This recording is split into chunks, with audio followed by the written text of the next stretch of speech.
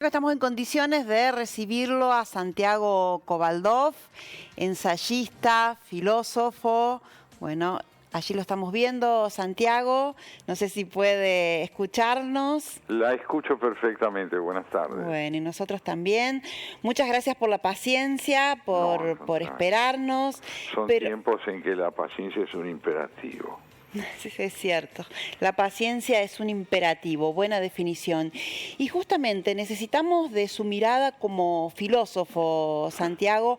Venimos de un momento de mucha emoción en el noticiero, las imágenes en vivo y en directo de la gente que quiere volver a trabajar porque dice que no aguanta más la situación. Eso por un lado, y aparte ver reclamar sectores que uno nunca había visto reclamar, gente que nunca había visto tener que salir a la calle y decir que está en una situación en el límite con la indigencia, pero también gente que entona el himno nacional como aferrándose. No sé, necesitamos su reflexión, Santiago. Bueno, ojalá pueda yo colaborar en algo. Soy parte de los mismos padecimientos y reflexionar desde el interior de ellos no es sencillo, pero aquí va. Nosotros empezamos, cuando ingresamos a esta situación, asociando el concepto de cuidado a la preservación terapéutica de nuestras vidas en nuestros hogares o en nuestras casas. Dijimos que el riesgo era proporcional a la movilidad que alcanzáramos en el sentido social, saliendo de nuestras casas y demás. Hoy en día el riesgo es doble. Hoy no solo nuestras vidas corren peligro porque el coronavirus sigue siendo protagónico en nuestra sociedad, sino que hay un nuevo riesgo, y es el riesgo que trae la inactividad laboral, el riesgo que trae no el encierro en sí, sino la impotencia para ganarse la vida allí donde esto empieza a ser indispensable. Entonces, ¿cuál es el riesgo que amenaza más profundamente nuestras vidas? Optar por uno de los dos sería erróneo, pero cuidar nuestras vidas significa poder responder con eficacia a una doble terapéutica, la clínica y la laboral. De lo contrario, preservar nuestras vidas para ingresar al padecimiento de la falta de recursos con los cuales mantenernos vivos, alimentándonos y psíquicamente vivos, recuperando lo que el trabajo nos aporta como expresión de identidad, eso es igualmente peligrosa. La disyuntiva planteada por el gobierno entre vida y muerte, asociando la vida exclusivamente a la inmovilidad de permanecer en nuestros hogares y la muerte a la reivindicación de la necesidad del trabajo, es retórica e irresponsable.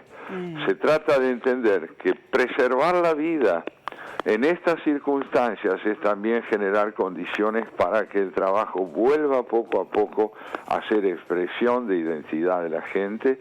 Preservar la vida es devolverle a la justicia su autonomía. Preservar la vida es mantener encarcelados a los asesinos y violadores que con su libertad ponen en riesgo a los que están en sus casas. Preservar la vida es preservar las instituciones de la República con un funcionamiento normal y con una sujeción del poder político a la ley. La vida es muchas cosas. Quien no comprenda esa diversidad y la interdependencia entre ellas no está defendiendo la vida. Santiago, vemos su costumbre de profesor, porque lo estábamos viendo en pantalla y se levantó y empezó a caminar, ¿no? Y bueno, y hay que adaptarse a estas nuevas tecnologías, ahí lo estamos viendo. Pero comprendemos esa actitud, ¿no? De profesor que se pasea en el aula. Santiago, ¿y hacia dónde vamos como república? Porque, si me permite, le voy a contar... pero le voy a contar esta situación que se ve en el interior del país. Ayer, por ejemplo, reflejábamos un acuerdo entre gobernadores de San Luis y La Pampa de libre circulación, pero mientras que hay gente que está en Córdoba y que necesita entrar porque tiene ahí sus trabajos, bueno, o que tiene familiares y no puede hacerlo. No puede hacerlo.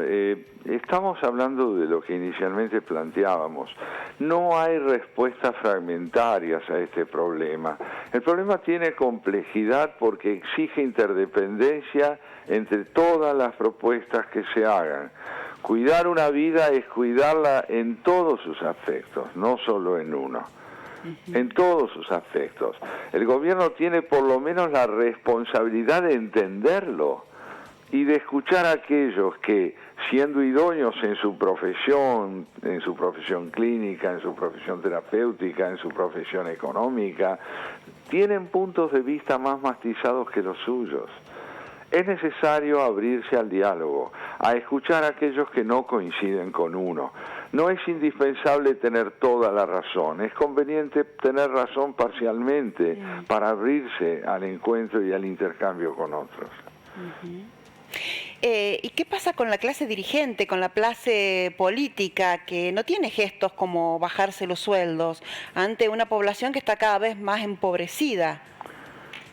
Bueno, este es otro aspecto de lo que estamos conversando. No se da, por un lado, no se toman medidas suficientemente sensibles a la complejidad del problema, y por otro hay obviamente una actitud fuertemente sectorial, fuertemente corporativa, que revela una profunda insensibilidad hacia el padecimiento de quienes menos tienen. Mire, nosotros no somos aún una república, somos un conglomerado que pugna por convertirse en república. La transición del autoritarismo a la república entre nosotros no está cumplida, porque la ley sigue estando sujeta al poder político, porque el pensamiento fragmentario puede aún más que el pensamiento convergente, porque los partidos políticos han sufrido una crisis que le destituyó de identidad y hoy están tratando de reconstruirse, porque la integración en proyectos compartidos entre los sectores productivos, los políticos, los educativos y los sanitarios aún no se ha producido. Santiago, se está hablando, aparece este vocablo de infectocracia. Sí, así se ha querido caracterizar este predominio unilateral de la idea de la enfermedad como un mal que, siendo originario en una peste, en el coronavirus, termina por ser unilateralmente concebido como el único que provoca riesgos y daños a una comunidad. Yo tengo la impresión de que, más allá de que se acuerde o no con la terminología, el documento que se dio a conocer bajo ese título, quiere llamar sobre los riesgos que comparte lo que genera la enfermedad junto con otras limitaciones profundas a las que antes me refería yo. Bien, Santiago Kovaldov, le agradecemos muchísimo estos minutos, le agradecemos su valioso tiempo. Muy amable ustedes. Muchas gracias. Adiós.